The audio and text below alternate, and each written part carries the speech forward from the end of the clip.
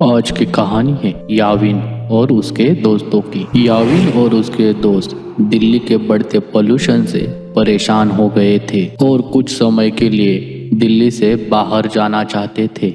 उन सभी ने मिलकर हिमाचल जाने का प्लान बनाया।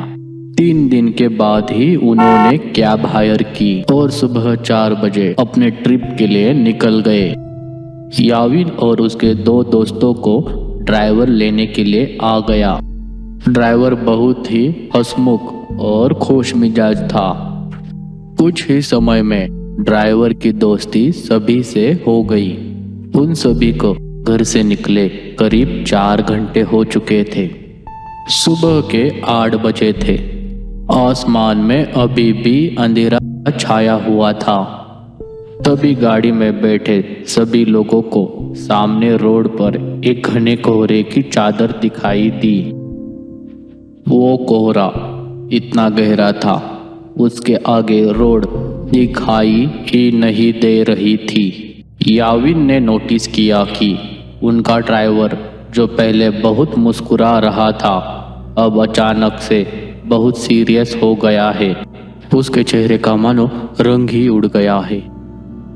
याविन को लगा कि शायद ड्राइवर को कोहरे में गाड़ी चलाने से घबरा रहा है। याविन ने ड्राइवर के कंधे पर हाथ रखा और उससे कहा, भैया टेंशन मत लो, धीमी स्पीड पर गाड़ी कोहरे से निकाल लेना। तभी ड्राइवर ने याविन को देखा, सहमी हुई आवाज में कहा, मेरी आपसे विनती है, कोहरे से निकलते वक्त प्लीज गाड़ी की खिड़की बंद ही रखना, भूल कर भी मत खोलना। ड्राइवर इतना डरा हुआ था कि याविन और उसके दोस्तों की हंसी छूट गई। वह जिस इलाके में है वहाँ कभी कोहरा नहीं आता, और जब कभी ऐसा कोहरा आता है तो वह अपने साथ एक छलावा लेकर आता है, एक झूठ, एक माया लेकर आता है। याविन और उसके दोस्तों को ड्राइवर की बात पर विश्वास नहीं हुआ। उन्होंने उसकी बात को अंधविश्वास बोलकर नकार दिया और देखते ही देखते उनकी गाड़ी कोहरे के अंदर चली गई। कोहरे की चादर उनकी उम्मीद से काफी बड़ी थी। ड्राइवर धीरे धीरे गाड़ी आगे चलाता तो रहता था, पर किसी को आगे का कुछ भी नहीं दिख रहा था। अचानक ही गाड़ी में बैठी रिया को अजीब सी बेचैनी होने लगी। उसने बिल्कुल सांस ही नहीं आ रही थी। वो ड्राइवर की बात को भूल गई और उसने गाड़ी का शीशा खोल दिया और उसने अपनी गर्दन गाड़ी के शीशे से थोड़ी बाहर निकाल ली। खिड़की खोलते ही रिया को वापस सांस आ गई, लेकिन वह कोहरा अब गाड़ी के अंदर आ चुका था। कुछ ही सेकंड्स में जैसे ही रिया ने गाड़ी के अंदर देखा तो उसके होश उड़ गए।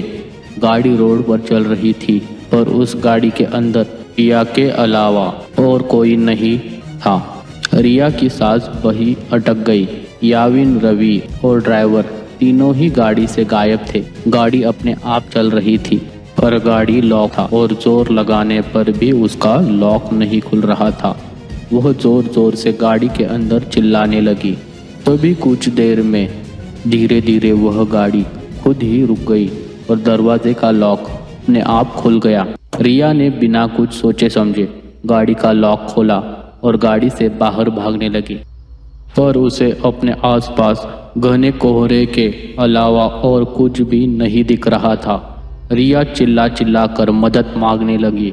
उसका दिल अभी उसके शरीर से बाहर आ रहा था कि तभी उस कोहरे के अंदर कुछ दूर उसे एक काली परछाई दिखाई दी, जो एक बहुत ही बड़ी आदमी जैसे लग रही थी। रिया मदद के लिए उस आदमी की तरफ भागने लगी, और भागते हुए उसने यह देख कि वह परछाई के करीब पहुंच ही नहीं पा रही थी। वो परछाई हमेशा उतनी ही दूर होती जितनी पहले थी। इससे पहले कि रिया कुछ भी समझ पाती, उसे महसूस हुआ कि जैसे उसके पीछे कोई खड़ा हुआ है। रिया अब इतनी डर चुकी थी कि उसके अंदर पीछे मुड़ने की हिम्मत नहीं थी, और हिम्मत करके जब रिया ने पीछे देखा, उसकी रूह कांप गई। रिया के पीछे एक 12 फीट लंबा काला साया था। लंबे काले साये को देखकर बुरी तरह से कांपने लगी। तभी अचानक रिया को पीछे से एक बहुत जोर का धक्का लगा। याविन, रवि, वह ड्राइवर और रिया अब भी गाड़ी में थे। रिया ने जैसे ही वह खिड़की खोली थी वह बेहोश हो गई थी। उस ड्राइवर ने उसके बेहोश होते ही रवि को जल्दी से वह खिड़की बंद करने को कहा। याविन और रवि और रिया की हालत देखकर उसे जगाने की कोशिश कर रहे थे और ड्राइवर बस बार बार एक चीज ही बोले जा रहा था, गाड़ी की खिड़की नहीं खोलनी चाहिए थी, कि गाड़ी की खिड़की नहीं खोलनी चाहिए थी। याविन को अब ड्राइवर पर गुस्सा आने लगा। याविन बस वहां से निकलकर रिया को हॉस्पिटल ले जाना चाहता था। याविन ने ड्राइवर को गाड़ी तेज चलाने के लिए कहा। ड्राइवर ने याविन की बात मानी और गाड़ी के एक्सीलेटर पर पैर दबा दिया। लेकिन कुछ ही सेकंड्स में अचानक से गाड़ी के सामने एक लड़की आ गई और इतनी तेज स्पीड होने की वजह से गाड़ी उस लड़की से टकरा गई। उस लड़की को टकराने के बाद ड्राइवर ने गाड़ी वह रोक दी। अब याविन और रवि की सांसें वहीं अटक गई थी। याविन तुरंत गाड़ी से उतरकर उस लड़की को देखने गया। उसने देखा कि एक लड़की खून से लथपथ रोड पर उल्टी पड़ी हुई थी। याविन ने जैसे ही उसकी शक्ल देखने के लिए उसे पलटा, उसका दिल दहल गया।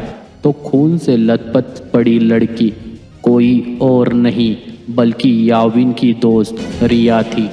याविन को कुछ समझ नहीं आ रहा था क्योंकि रिया तो उसके साथ गाड़ी में थी।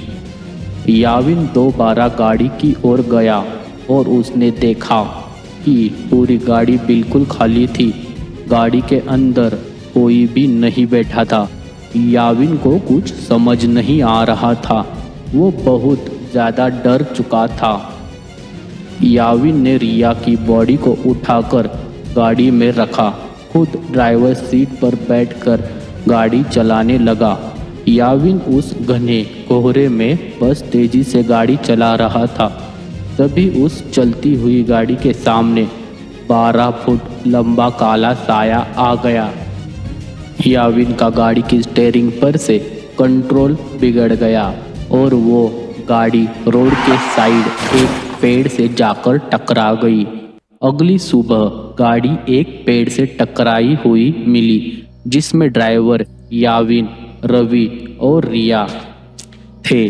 वो चारों इस कोहरे की रात जिंदा तो बच गए, लेकिन याविन के सर पर चोट आने की वजह से उसका मानसिक संतुलन बिगड़ गया और रिया को इतना गहरा सदमा लगा कि अब उसे हर जगह सिर्फ वही काला साया दिखता है। अगली बार कोहरे में जाओ तो अपनी गाड़ी की खिड़की कभी मत खोलना।